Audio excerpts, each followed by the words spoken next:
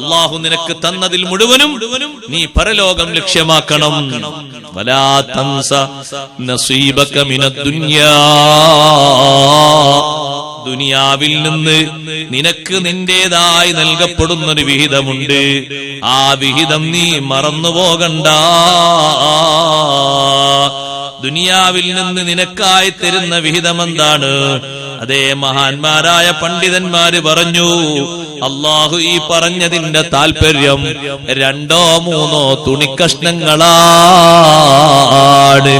അവസാനം നിന്റെ ശരീരത്തോട് ചേർത്തി വെക്കുന്ന കഫൻ തുണിയില്ലേ, ആ കഫംപുടയാണ് ദുനിയാവിൽ നിന്ന് നിനക്ക് കിട്ടുന്നൊരു വിഹിതം. അത് നീ മറക്കണ്ട. എത്ര വലിയ സമ്പന്നനെയും സഹോദരങ്ങളെ, വീട്ടിൽ കിടക്കുന്നത് 1 ലക്ഷത്തിന്റെ കട്ടിലാണെങ്കിലും കൊണ്ടുപോയി കിടത്തിയത് മണ്ണറയിലല്ലേ, സാധാരണ കഫംപുടയിലല്ലേ. വലാ തൻസ നസീബക മിനദ് ദുനിയാ, ദുനിയാവിൽ നിന്ന് നിനക്ക് കിട്ടാനുള്ള വിഹിതം മറന്നുപോകണ്ട. വഅഹ്സിൻ കമാ അഹ്സനല്ലാഹു ഇലൈക്, അല്ലാഹു നിനക്ക് ഗുണം ചെയ്തതിനു വേണ്ടി മറ്റുള്ളവർക്ക് ആ ഗുണം നീ വിട്ടുകൊടുക്കണം. മറ്റുള്ളവരിലേക്ക് നിന്റെ ഗുണം ഇറങ്ങണം. നിന്റെ കുടുംബങ്ങളിലേക്ക് നിന്റെ ഗുണം വേണം. നിന്റെ സമൂഹത്തിലെ നിന്റെ അയൽപക്കത്തെ പാവങ്ങളെ നീ സേവിക്കണം. ഒന്നും അവർ ചോദിച്ചിട്ടില്ലെങ്കിലും കണ്ടറിഞ്ഞു കൊടുക്കണം.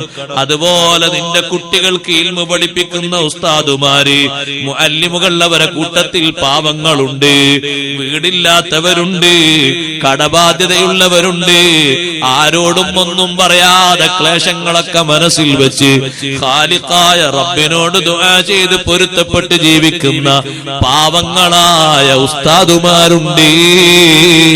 നിനക്കെപ്പോഴെങ്കിലും ഒരു വിവരം കിട്ടിയാൽ അല്ലാഹു നിനക്ക് തന്ന സമ്പത്ത് കൊണ്ട് ദീനിന് ഖിദ്മത്ത് ചെയ്യുന്ന ഉസ്താദിനെ നീ ഗുണം ചെയ്തോ.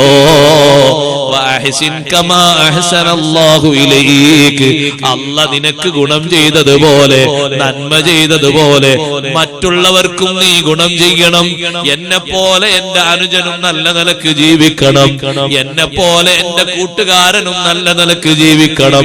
എന്നെ പോലെ എന്റെ നാട്ടിലെ ഉസ്താദും നല്ല നിലക്ക് ജീവിക്കണം. വലാ തബ്ഗിൽ ഫസാദ ഫിൽ അർളി, അല്ലാഹു തന്ന സൗകര്യങ്ങളെ കൊണ്ട് ഭൂമിയിൽ ഒരു കുഴപ്പവും നീ ഉണ്ടാക്കരുത്. അതിനല്ല അല്ലാഹു സമ്പത്ത് തന്നത്, അതിനല്ല അല്ലാഹു ആരോഗ്യം തന്നത്, അതിനല്ല അല്ലാഹു സ്വാധീനം തന്നത്. വലാ തബ്ഗിൽ ഫസാദ ഫിൽ അർളി ഇന്നല്ലാഹ ലാ യുഹിബ്ബുൽ മുഫ്സിദീൻ.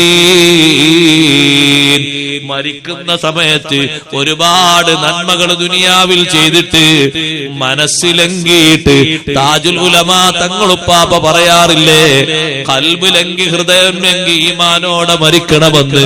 അല്ലാഹു നമുക്ക് തൗഫീഖ് നൽകട്ടെ.